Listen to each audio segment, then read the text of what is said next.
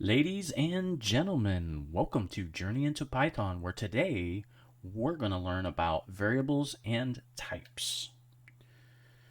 All right, so let's talk about our objectives. What are we going to learn today? So we're going to learn about integers, very simply, whole numbers, positive, negatives. We have floats, which are fractions of an integer represented as a decimal. We have strings, which is text. We're also going to talk about the formatting of strings, the quotes of strings, and then concatenating strings. We're also going to talk about a few other data types and multiple assignments and converting one data type to another. So let's get started. Let's first start with integers. So very simply, a equals 5. Let's go ahead and print our 5. And we've got our first integer. So how do we know that this is an integer? How do we know what data type we're talking about? So let's go ahead and use the type function. And I did type just 5 in there, didn't I? All right, so we type A, and that will tell us what type it is. So as you can see, we print out the 5, which is an integer. It also lets us know that that is a integer class type.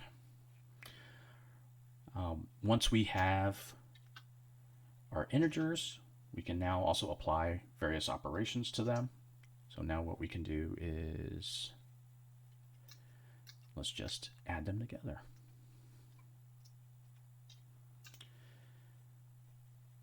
There we go. Math is fun. So moving on to floats. Floats, not an integer, but a fraction of an integer, which is represented as a decimal. And a keynote here is that if you divide two integers, it will return a float. So let's go ahead and do that. A equals 5, B equals 10. Oh, we're dealing with floats here. So 5.5.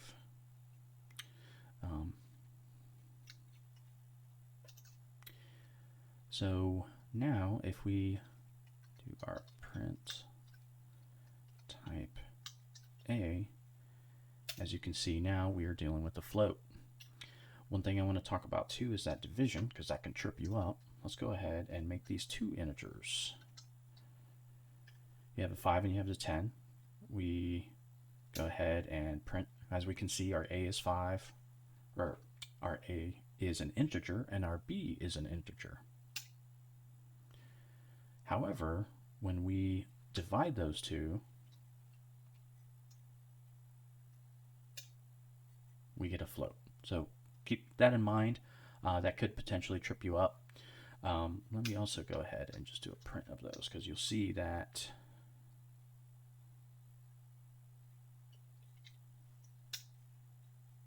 .5. But let's say we should return a whole number if we reverse this with the b divided by, so essentially 10 divided by 5.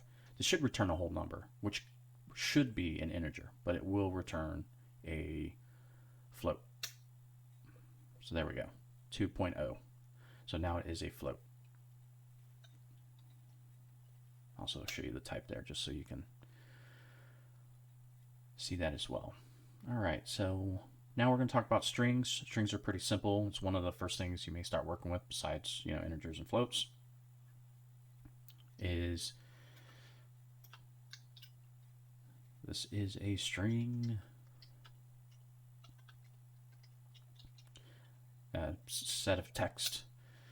So we do print A, and we can also print the type of A. So here we get string, and you can also say this is a string. One thing to note about it, though, is that it is implemented as a list structure. So if we wanted to, we could pull out various offsets. So let's say offset 0, pull out T. 0, 1, 2, 3. I think 3 should pull out S. All right, roll the dice. Let's see. Yes, I can count.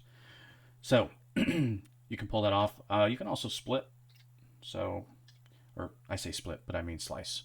So you can slice these. We'll get more into slicing later, but this would allow you to potentially extract out a subset of numbers. And it's pulling out the S and then the space and then the I.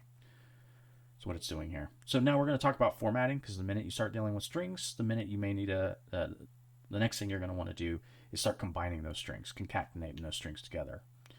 A perfect example of that is if you have some sort of console output, you may want to report a success or failure of a specific event happening, and you need to have a specific string that says something along the lines of the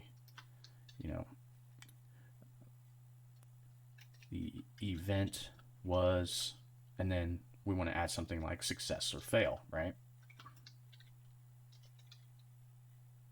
Oops. All right, so now we have C equals success, and let's combine strings. So message equals, and what we're going to do is we're going to use the older method first. So I'm going to go through all three methods. There's the older %sign method. There's the method that I like to use, the string.format, very simple, easy to read. And then now there's a newer method called using interpolation, where the variable is now actually inside the string. It's a little bit more readable, and so I mean you could really debate. You could probably debate for hours which one's better. Some people love the F string. Some people are adamant about using only string format. So in the end, a lot of times with coding is you choose what format you're familiar with. All right, so let's go ahead and use the percent method. Each variable will be represented by %s. %s. We wanted to combine these two together.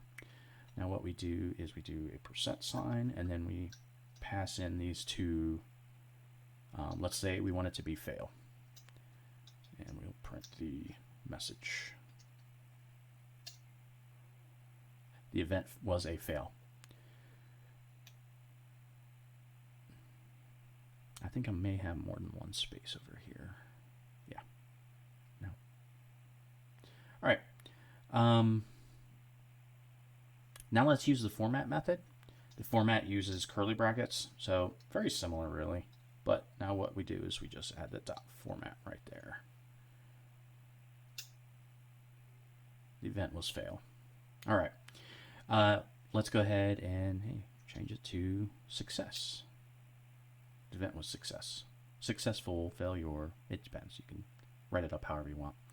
All right, so now we have the F string. So what we'd go ahead and do is throw the F in front of it. And then what we're going to do is we use the curly brackets and then we say A. Let's give ourselves A. We don't actually need that space. And then we print the message. There we go. The event was fail. So you could imagine, though, if you did something like this, base message, and you did here,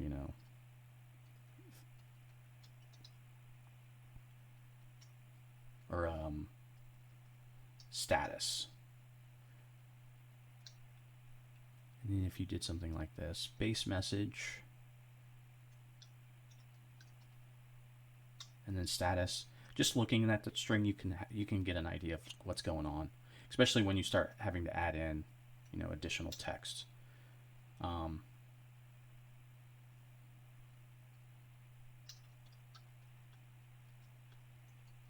Just adding some text here.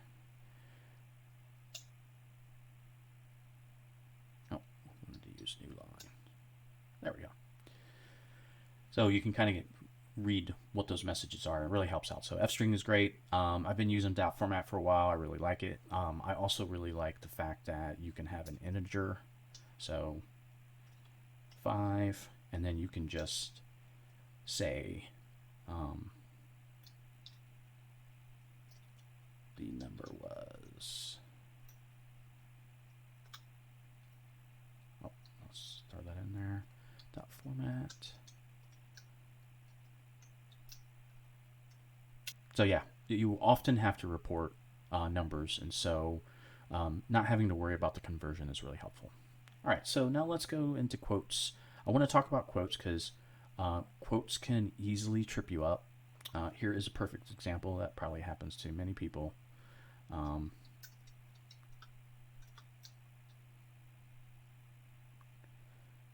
all right, let's do this. We're going to use single quotes because both will work. Single quotes, double quotes, both will work. But what you really want to do is decide on, you know, um, what your what kind of quotes you might use in there.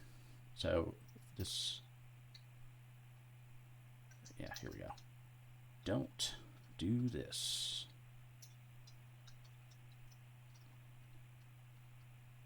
This is something I think we've all done at some point in time. So once you have, you're using these single quotes for a string, you then cannot use an apostrophe. So you'll find often that you'll probably result to the double quotes, because once you add those double quotes in, it's going to allow for that apostrophe. Now, one thing you could do is you could also keep with your single quotes, and you can escape this quote right here. The escape character is the backslash. So we can do it that way. And that way, if you want to remain consistent with how you do your strings, you're not flipping back between single quotes, double quotes, you could do that as well. I myself just often use double quotes whenever I'm printing out messages. But anytime I'm just dealing with, standard strings and I don't need to output any kind of messages, I'll just use single quotes.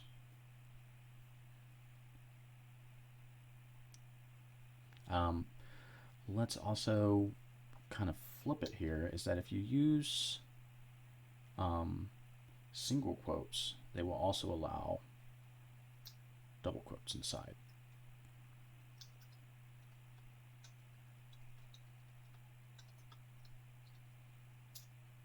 So print those out. So yeah, if you need double quotes in there,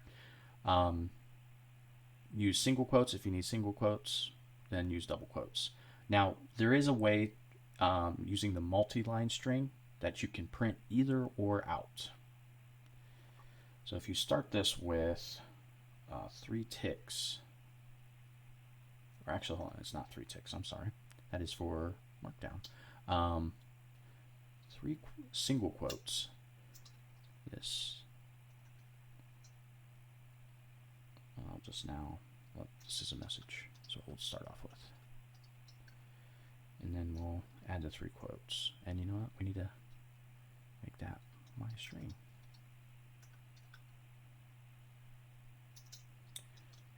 Print my string. All right, so these triple quotes allow you to do a lot of things. One is they're going to allow you to now add single quotes in. You can even add double quotes in. So now you don't have to worry about this at all. What's also really nice is that it allows multi-line. So this is a new line. And it will keep the carriage return in there. So you can just keep adding and adding and adding certain. So if you have a very long string and you don't want to have to worry about single quotes or double quotes, because you might have both in there, then using the triple quote multi-string method is still really the way to go there. It also allows other special characters that might trip up single quotes. Let's see. Yep. So all kinds of special characters as well.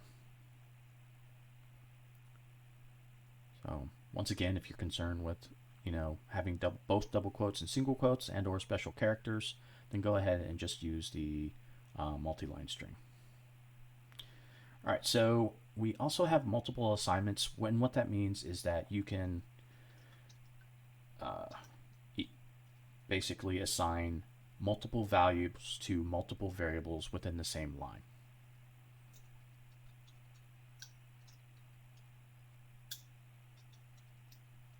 Print B. 1 and 2. So pretty simple. Nothing too complex there. Note too that it doesn't have to be just integers. It can be integers, floats, strings, any kind of data type. So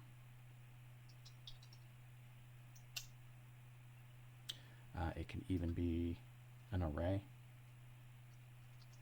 or list. In Python, list and arrays are different. similar but different. And let's also print RC. There we go. So that is multiple assignments. Pretty simple. All right, so conversions. One of the things that happens to me a lot is that I receive a number as an integer. And so one of the things I have to always do is ensure that anytime I'm handling integers, I need to ensure that it's an integer. So let's go ahead and demo that real quick. So let's take something that happens quite often.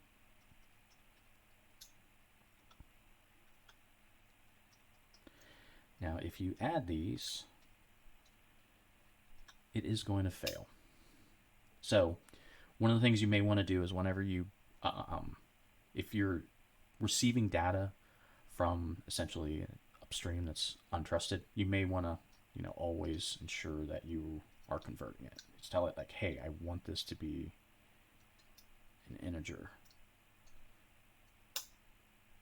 There we go. So now keep in mind though that this works when you receive a string as an integer. You can, turn an integer into a string into an integer, but it's not really going to let you. Well, I said that, but if it's actually a number, if we throw, text in here, this is going to fail for multiple reasons. One, it's not an integer. Two, you can't add them. But just want to make sure that there's no misunderstandings there when you're talking about conversions. And also, you'll find times where you need to convert other types of data formats, and so just be aware that that is one way how to convert them.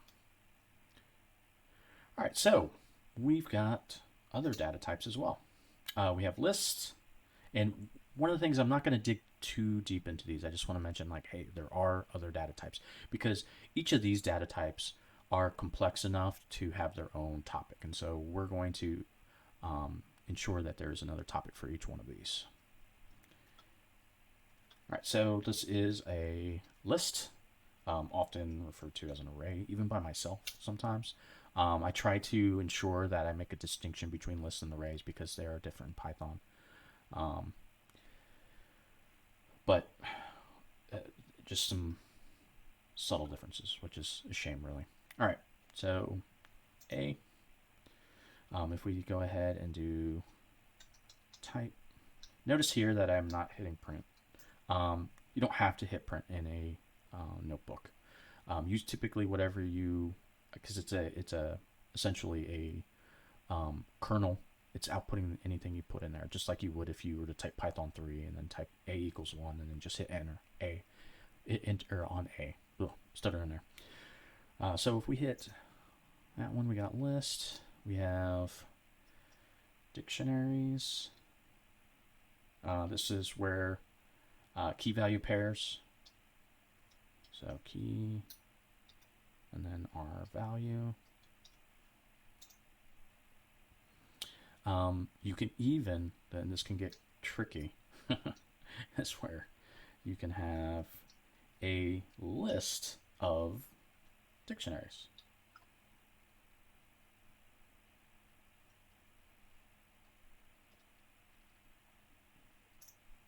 Now it's a list. However, though, if you were to extract out one of those sets, you would get dictionary. So keep that in mind. You can have nested data types as well. Tuple.